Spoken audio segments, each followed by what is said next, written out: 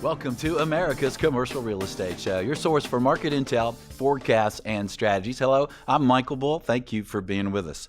This segment is brought to you by my company, Bull Realty. For customized asset and occupancy solutions, visit bullrealty.com or reach out to me directly. My email is michael@bullrealty.com. Well, we have certainly seen an economy changing. Here we are in October of 2022. We've seen some pretty high rate increases, interest rate increases. We've seen kind of a crazy job market with some companies kind of coming back to the office. What should we expect moving forward? What's going to happen with lenders and how are they looking at deals? Well, we have an expert here. Please welcome Brian Bailey. He's the real estate subject matter expert for the Federal Reserve Bank of Atlanta. He's here in Studio One. Brian, good to see you, sir. Good to see you, Michael. Thank you for having me back. Thank you. And I guess you have a disclaimer you need Absolutely. to share with us, Just right? for full transparency. These are my thoughts and not necessarily those of my colleagues at the Atlanta Fed or the Board of Governors. Thank you for allowing me to say that. Thank you for being here. And, our listeners and viewers kind of studied and watched this market pretty closely. But as a quick recap, what were the rate increases that the Fed has done so far this year? So you've seen several rate increases since the beginning of the year in response to a higher inflation rate. So we've moved off of, essentially zero. And, now, we're seeing the corresponding responses of those increases in Fed funds beginning to and moving the likes of the 10-year Treasury as well as debt costs, et cetera. So there has been a significant movement, in the last 10 months or so. Yeah. And has it been about a total of what, almost 3% or 300 basis 300 points? 300 basis total? points, yeah. Yeah. Mm-hmm. And then the Fed has kind of come out publicly and said, hey, what you guys expect moving forward, and what is that briefly? Yeah, so as of the September economic projections that were put forth by the FOMC and the regional Federal Reserve banks, the expectation is that Fed funds, those participants expect Fed funds to end up, around, 4.25 to 4.5, give or take. Again, we've still got a couple months left in the year, and from that standpoint, we are a data-dependent decision maker, and from that standpoint, things could change, but certainly inflation is much, much too high, and from that standpoint, we are increasing Fed funds to try to respond to bring inflation down. Yeah. And of course, the real estate market, we were talking before the show, is greatly impacted by the job market and about availability of financing. How are the banks doing related to their CRE loans and the health of the banks? And what's the current messaging by the Fed to the big banks? Right, absolutely. So, the economy, we've had a little bit of mixed signals. We've had a couple of quarters of negative GDP growth. We still continue to have a very strong job market. Month after month after month, we tend to, create 300,000 jobs, give or take, on average over the last several months. So, we continue to put people back to work, which is a great dynamic. The banks are in better financial condition than they were, I guess, if we use the 2008 as our reference point. They're in better health compared to that time period. We have shifted some of the lending. You think about some of the riskiest lending has been pushed out of the regulated banking system to the non-bank, to the lesser regulated non-bank entities. So I think that the banks are in good shape. The regulators are communicating that we do see this slowing in the economy going on. We do know that has the potential to create more stress for commercial real estate. From that standpoint, we have said, hey, be aware of these slowing conditions. So from that standpoint, the banks are, from our opinion, from our perspective, they are watching that right now. The other thing is that we talked a little bit about, the rate movements and the increase in 10-year Treasury and the increase associated, with rates of debt. That obviously has implications for property.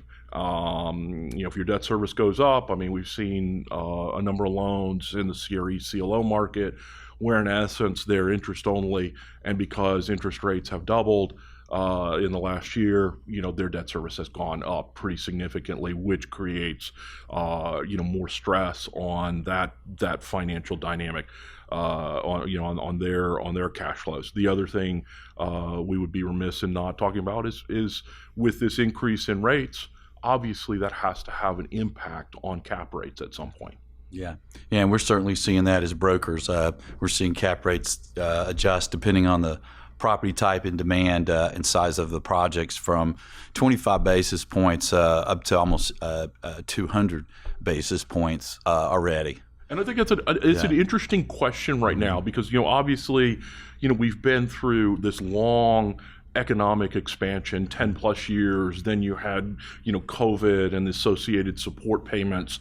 So we really not had any kind of recycling or repurposing of assets that become underutilized. You think about, we have all this growth and then all of a sudden things slow, and that essentially exposes underutilized commercial real estate. Mm-hmm. And from that standpoint, folks like you come in and provide advisory work. Folks like our banks come in and provide capital, and that property is then rehabilitated and has a higher efficiency. From that standpoint, we've not seen any of that in the last 13 years, give or take. So you would expect to see more distress as the economy slows, as cap rates go up. And again, I agree with your statement. It is very, very segment specific. Certainly we've heard about, office properties right now that are, off roughly 15 to 20% from kind of their peak value, whereas multifamily, not so much, industrial, not so much. At the same point, we're in the midst of an inflationary environment that will definitely impact the consumer. From that standpoint, consumer-related commercial real estate will have more challenged dynamics because of that. Yeah, and we realize that the banks will make their own decisions of how to handle their current CRE loans in the case where maybe the debt service does increase, maybe the values do come down a little bit as far as mark to market, and how they're going to handle loans like that. When we just went through COVID, some of the banks were like, "Hey, give borrowers a break. We're not going to put your loans in the bad loan pool, right? If borrowers are having a challenge, what would you expect some of these banks might need to do or do moving forward?" I saw banks where they did mark to market and took loans that were performing well with good borrowers, good properties, and started foreclosed on them, because they said, "Oh, well, we got to, it's in the bad pool. We got to get rid of it." You expect more of that if things get worse, or do you expect more of maybe the Fed saying, "Hey, work with these folks. Don't foreclose on all these properties"? Right. It's a good question, and certainly that was a positive out of the legislative initiatives with COVID. Hey, we want the regulatory group to say, in essence, that if a borrower was in good standing pre-COVID, that the expectation would be that the bank would work with them. And in a lot of instances, the banks did work with them. There is some regulation that is out for comment right now. It's in a comment period, in essence, kind of articulating that same dynamic, as we know that the situation is beginning to slow a little bit. You certainly, think about, we just had a natural disaster in Southwest Florida. You would want the institutions, the financial institutions, to give, significant amount of latitude. Again, we have to be careful about the safety and soundness of that institution. But at the same point, we would want to kind of see latitude because of the challenge dynamics that are associated with, rebuilding associated with a natural disaster. Yeah. And we're talking with Brian Bailey, with the real estate subject matter expert with the Fed, the Bank of Atlanta, Federal Reserve Bank. And Brian, when you look at the state of commercial real estate today, as far as the leverage on financing that a lot of these properties have or don't have, and you compare it to kind of the Great Recession, I don't know why it was called the Great Recession. I didn't think it was that great. But, is real estate in a better situation now? What's different than real estate in '08, if you will? Yeah, I think on the surface, we are in a better position comparatively from a leverage perspective. Mm-hmm. Now, I do have kind of questions. You think about the interest rate environment that we were in, 2007, 2008 compared to today. It's a little bit different. And so if you moved back to some kind of, for lack of better words, more normal interest rate environment for a prolonged period of time, we know that there are a bunch of assets that were financed in 2012 through 2022 in a lower rate environment. Mm-hmm. So from that standpoint, if you move to a prolonged higher rate environment or a more normal environment, that good looking leverage may not be so good. Right. Right. I think, again, I would caution to say performance is going to be more bifurcated. Mm-hmm. You think about, we've heard of the doldrums associated with the office market. Mm-hmm. At the same point, I think that, Class A office, because of the talent war, still going to be in high demand. I think that because of some of the challenges on the consumer front associated, because of inflation, there's going to be more focus on commuter costs, et cetera. So you might see suburban office do better, outperform some of the downtown buildings. So I think that there will be a bifurcation in real estate. You talked a little bit about it. Hey, we've seen some assets that have only moved 25 basis points, where we've seen some assets where cap rates have moved 200 basis points. Mm-hmm. So I think that it will take more efforts going forward to kind of decipher that bifurcation and understand those dynamics. Yeah. And you mentioned the job market. I'm going to go back to that for a minute, because that's had a huge impact on real estate, and especially the office market, with a lot of companies still hesitant to require folks to come back. And I think part of that from employers I've talked to is, we're afraid that with the job market being so slanted to employees, that they'll say, hey, if you're going to make me come back, I'll work in my PJs from somewhere else for another company. How is the job market today, and compared to I guess 6 months ago, it was still a really strong employee market, right, for jobs. What is it now today in October, and what do you expect in the immediate future with these rate hikes going on? I was going to say, you don't have your PJ bottoms on now. I kind of laughed during the pandemic about the Target CEO on one of the earnings calls says, we're selling 3 tops for every pair of pants. So obviously people are really happy about working in their PJs. Exactly. I can attest, we both do not have our PJs on today. But I think, I'm a little bit more bullish on on the return to office. Mm-hmm. I do think you're absolutely correct in that some employers are concerned that if I try to make a mandate of you've got to be in the office, 3 days, 4 days, 5 days, that they're going to have, some turnover. Mm-hmm. We have seen that. But I do think, from a human behavior, from a psychology perspective, people do want to be around people. Mm-hmm. We do want to deal with folks who we know on a personal level. And from that standpoint, I do think that there will be more folks coming back to the office. Mm-hmm. There'll be a new normal. There will be more flexibility. Mm-hmm. I don't see I don't see the percent of folks who are working 5 days a week. We probably won't return to that percentage. Mm-hmm. At the same point, I think we do recognize that there is value in that hybrid, flexible schedule, and so the extreme of everybody working from home, I think is not going to not going to be a long-term dynamic, because we know that the likes of training, the likes of idea sharing, knowledge sharing, collaboration, etc. I mean, that is done much more efficiently in person. Absolutely. So from that standpoint, we make less mistakes when we're around each other. Right. So from that standpoint, I think people will come back. The other thing that we've kind of discounted is the group that's coming up wants to get the full benefit, the full value out of their career.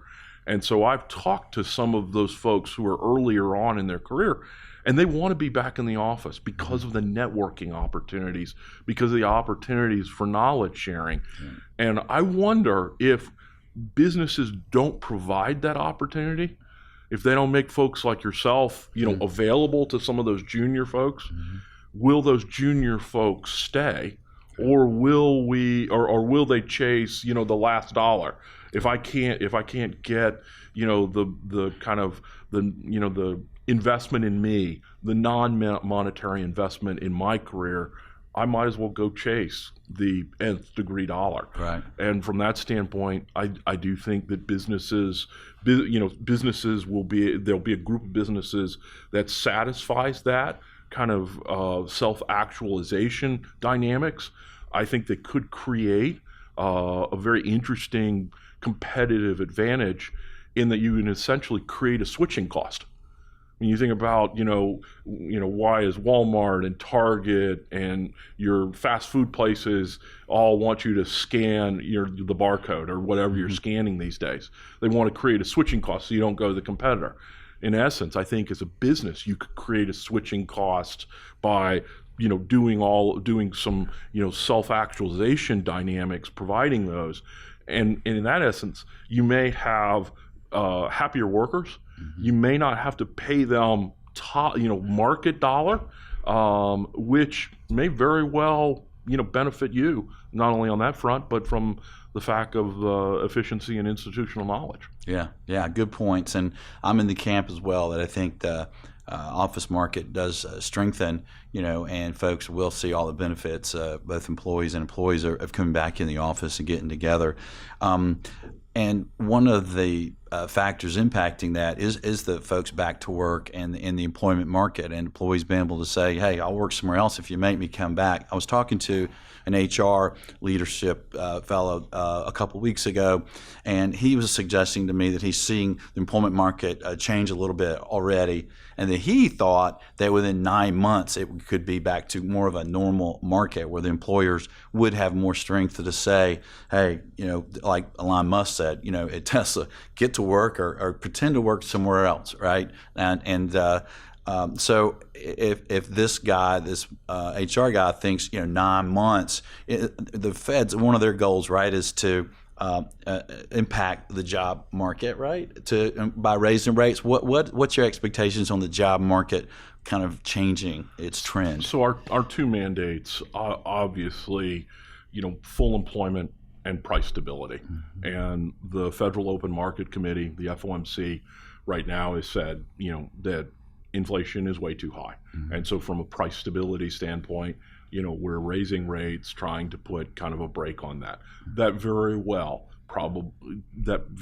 could create a slowing of the employment market.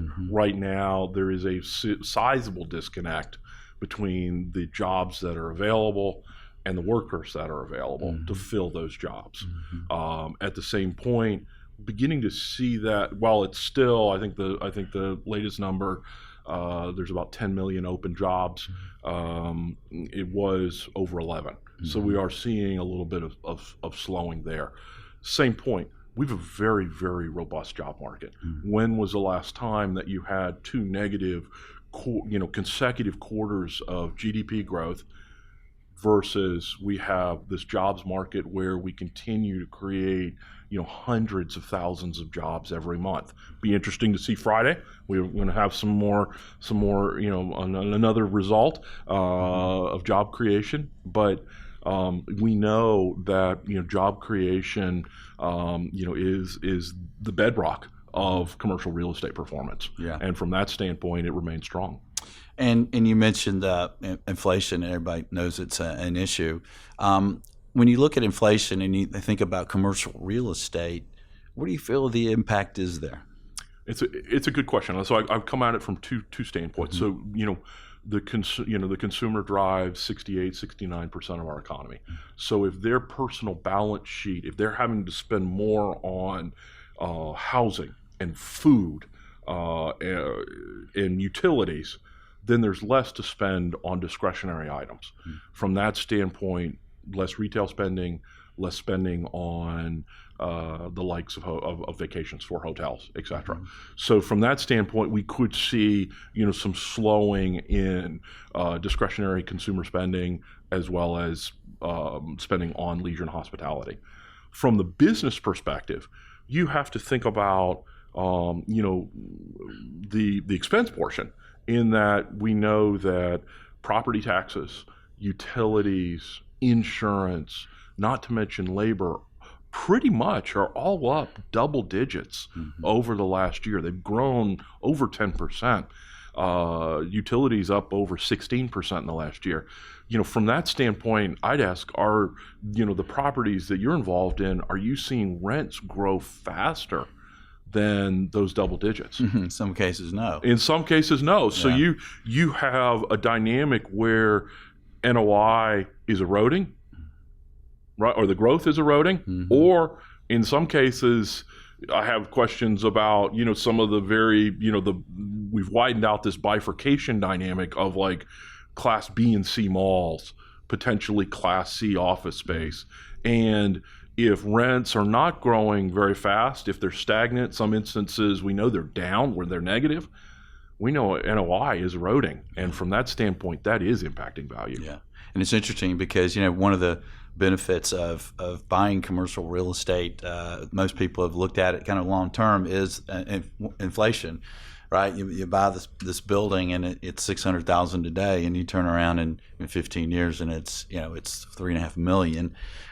So in some cases, inflation kind of helps commercial real estate, but to your point, the costs are going up, construction costs, and also replacement costs going up as well, right?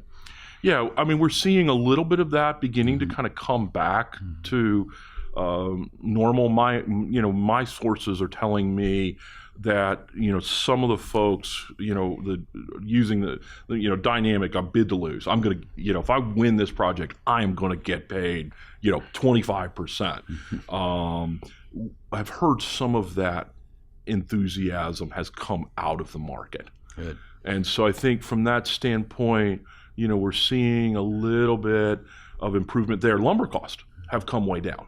So I think that we are seeing, some signs of, the FOMC's policies working. One of the other things we've seen a slowdown, as far as inflation is concerned, a slowdown in the rate of growth, of price growth associated with new and used vehicles. So I think we're beginning to see a little bit of the healing of the supply chain, a little bit of the policies beginning to work and slowing things down. So my hope is that we're going to get through this period of higher inflation sooner rather than later. Yeah. Well, I wish we could get gas prices down, because the gas prices, fuel prices, seem to affect the prices of everything else. Most items have to be delivered some way, right? You bet. Yeah. What would you leave our audience with, Brian, to think about moving forward through the end of the year and the beginning of next? Absolutely. I mean, I think we've seen some pretty sizable changes. We're going to see more changes continue as we see commercial real estate adjust to this inflationary environment. We know it tends to lag the overall economy. So my expectation is that while 2021 was a great year for rent growth, 2022 is probably going to come off of some of that. It's going to be a little bit softer. We're going to see, as we talked about, expenses rise, and from that standpoint, I think we could see some changes in value. Additionally, I think rates are going up. That has to impact debt service. It has to impact cap rates. And that also may change that driver of value. But with the strong economy that, as you speak of, with the jobs, consumer spending seems to be going well. Are we going to be okay, Brian? Is things going to work out right? I don't think you'd have me back if I said I was going to be. We weren't going to be good. Yeah, gosh, no. But I think, I mean, I do think, back to the jobs dynamic. We're creating hundreds of thousands of jobs a month. That traditionally and is the most most important driver of commercial real estate. I mean, and you think about, there will be some areas. Here in Atlanta, the Southeast, some other areas where in-migration is impacting, the need for commercial real estate. More people, we need more real estate. Same point, I know there's some areas in the 48 contiguous states that folks are moving out of. That might be good, not so good. They're moving out. That could essentially signal less need for commercial real estate. Yeah. Well, great. Good information, Brian. Thank you for joining us, sir. Good to see you. Thank you for having me. Thank you for joining us around the country. Let us know what you think. We appreciate you sharing the show with others, and pay it forward. Until next week, be sure that you always lead, learn, and laugh, and join us for America's Commercial Real Estate Show.